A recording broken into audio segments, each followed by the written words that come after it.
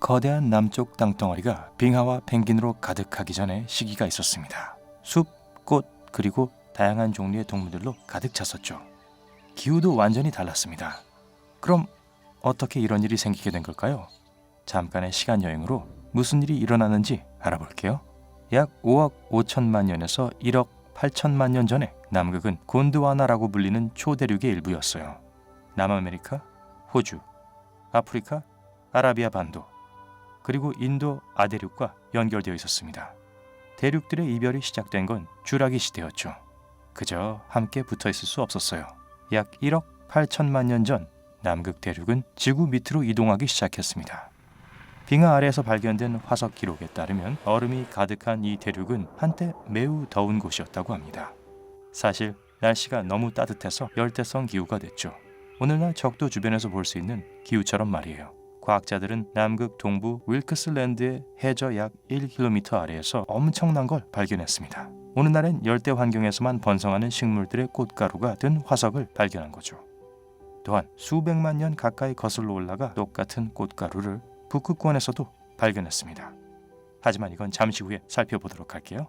우리 모두 열대 식물이 추운 날씨를 견딜 수 없다는 건 알고 있습니다.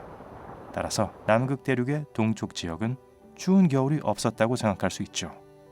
평균적인 겨울 온도는 남아메리카의 기온과 비슷했습니다. 알고 보니 이는 반복되는 패턴이었어요. 이전의 모든 사람들은 남극이 약 5,600만 년 전이었던 에오세 시대 바로 직전에 처음으로 높은 온도에 도달했다고 생각했습니다. 하지만 연구를 마친 후 고생물학자들은 4억 1,900년에서 3억 5,800만 년 전 사이엔 데보니아 시대에서 더 많은 화석화된 식물을 발견했습니다. 엄청난 시간차가 있었죠. 약 1억 년 전 지구는 과학적으로 팔레오세, 에오세 최고온기라고 알려진 엄청나고 지속적인 열파를 겪었습니다. 그 시간 동안 지구 평균 온도는 증가했고 초목이 변화했어요.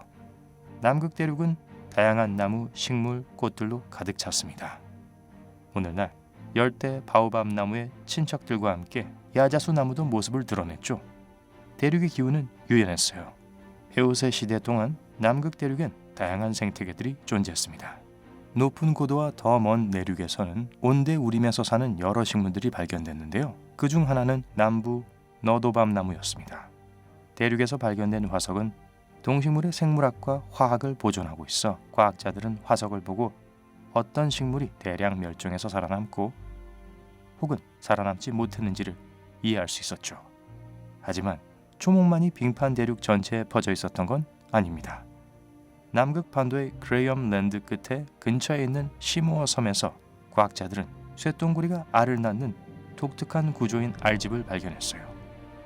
그 말은 이 꼬마들이 뭔가를 먹고 살아야 했다는 거죠.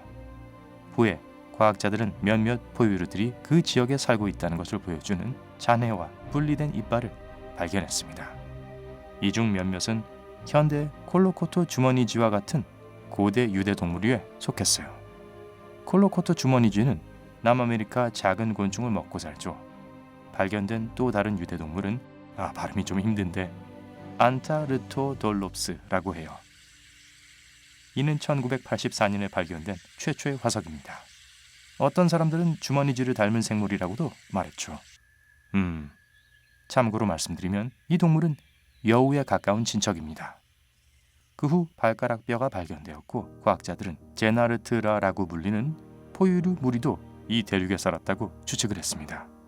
여기엔 오늘날의 나무늘보도 포함되어 있어요. 이들은 남아메리카에서 처음 진화했습니다. 하지만 노티올로포스라고 불리는 포유류의 후손들 역시 남극 대륙에서 발견됐어요. 이 생물들은 작은 나뭇가지와 묘목을 먹었습니다.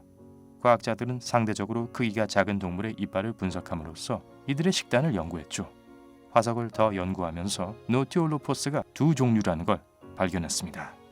노티올로포스 아르키노티엔시스와 노티올로포스 레게로이죠. 마지막으로 말해드리는 라틴어 이름들이니 집중해주세요. 휴.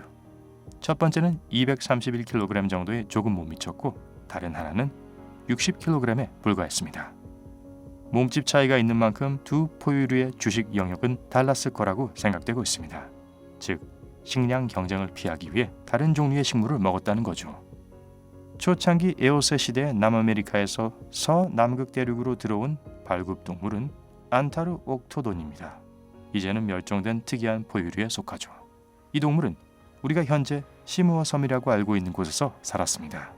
이 녀석들은 이빨 화석만이 발견되었습니다. 하지만 이 종류의 다른 포유류의 화석을 보면 이들은 맥을 닮았을 거라고 합니다. 이 종의 몇몇 동물은 날카로운 송곳니를 가지고 있었습니다. 그렇게 견과류와 부드러운 식물을 먹을 수 있었죠. 이 중 몇몇은 반수성일 수 있을 것으로 보입니다. 수달이나 비버처럼요. 하지만 남극의 화석 기록은 문제가 되고 있어요. 이들은 다른 대륙들처럼 완벽한 모양이 아니거든요. 발견된 뼈 일부는 조각이 나 있거나 떨어져 있습니다. 다행인 건 아직 발견되지 않은 화석이 빙하 아래에 잘 보존되어 있을 수 있다는 겁니다. 이오세 시에 산 이러한 생물들은 남극이 육지 포유류의 훌륭한 서식지였다는 걸 보여줍니다.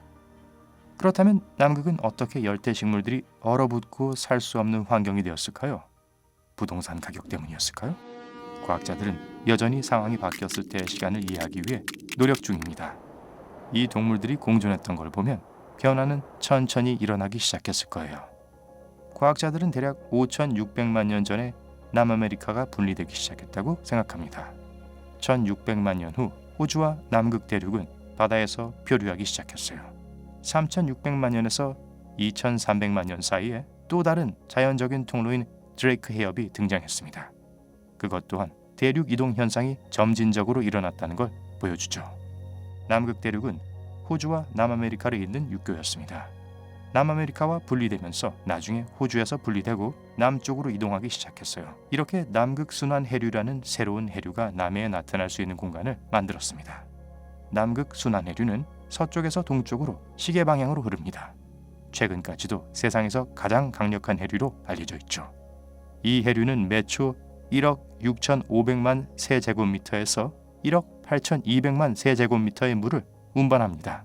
물살을 막을 땅이 없고 물살이 흐르는 방식 때문에 따뜻한 물이 남극 대륙에 도달하는 것을 막아주죠. 이 해류는 또한 해저에서 차가운 물을 지표면으로 가져옵니다.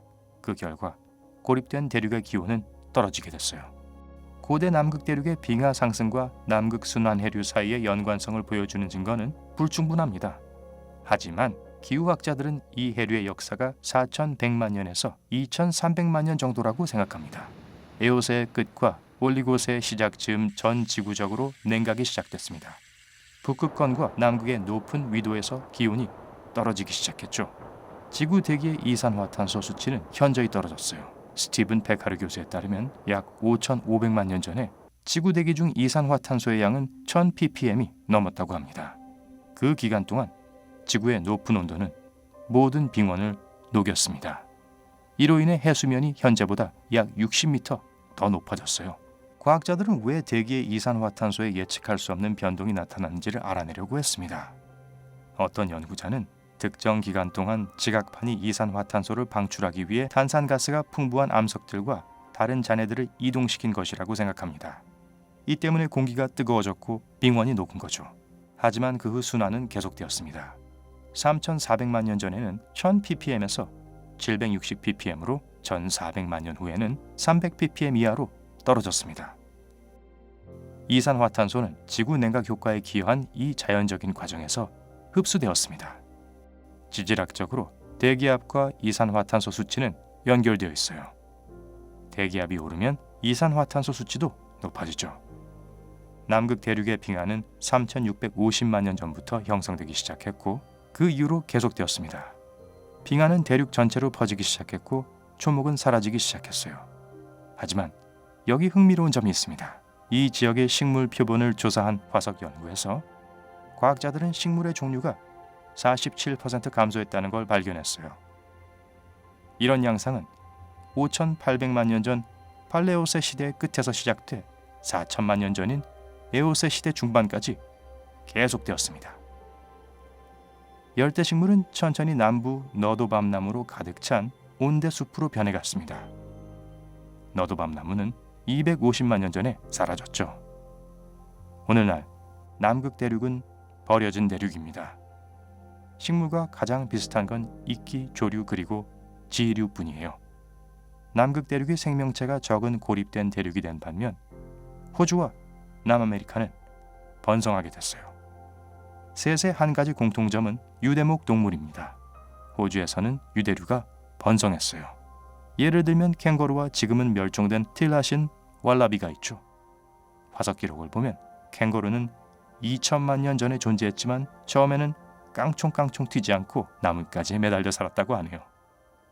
새로운 DNA 증거를 보면 가장 오래된 유대목 동물이 7천만 년에서 8천만 년 전에 남아메리카에 살았다는 걸 알 수 있어요.